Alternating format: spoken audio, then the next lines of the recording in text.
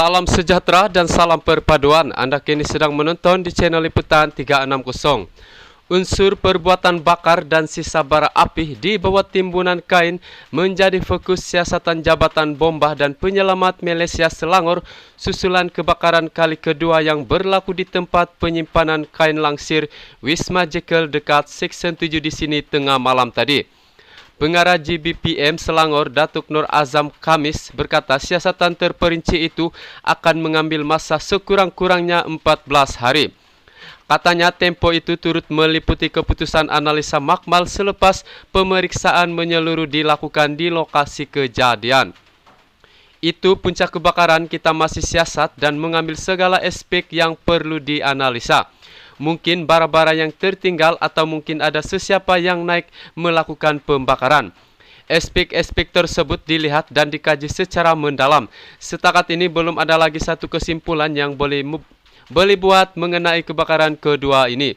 Bomba memerlukan tempo sekurang-kurangnya 14 hari bagi menjalankan siasatan dan analisa, termasuk mendapatkan saksi-saksi kejadian itu, katanya ketika ditemui di tempat kejadian hari ini.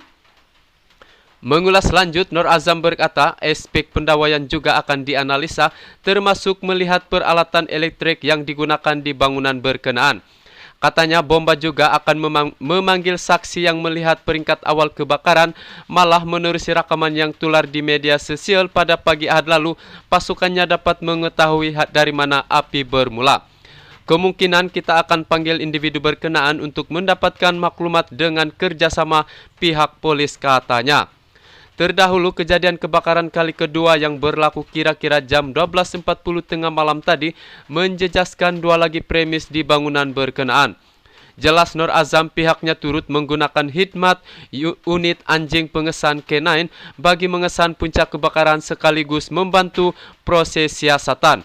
Katanya dua anjing dari baka English Springer Spaniel yang bernama Woody dan Rocco digerakkan hari ini yang akan turut mengesan sekiranya ada minyak petrol atau sisa bara api di premis yang terbakar.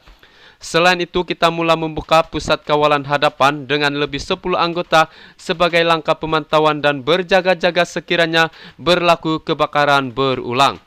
Bomba akan menjalankan kerja pemunggahan semua barangan terutama fabrik daripada premis yang terbakar untuk mengelakkan kejadian luar jangka seperti yang berlaku tengah malam tadi. Kebakaran setakat ini sudah dipadamkan sepenuhnya, namun langkah pemantauan menyeluruh masih diteruskan, katanya. Pada Ahad lalu Wisma Jekyll yang dianggarkan bernilai Rm100 juta itu terbakar dalam kejadian sekitar jam 7 pagi. Kebakaran berkenaan dipercayai bermula di tingkat 1 yaitu bahagian pakaian lelaki.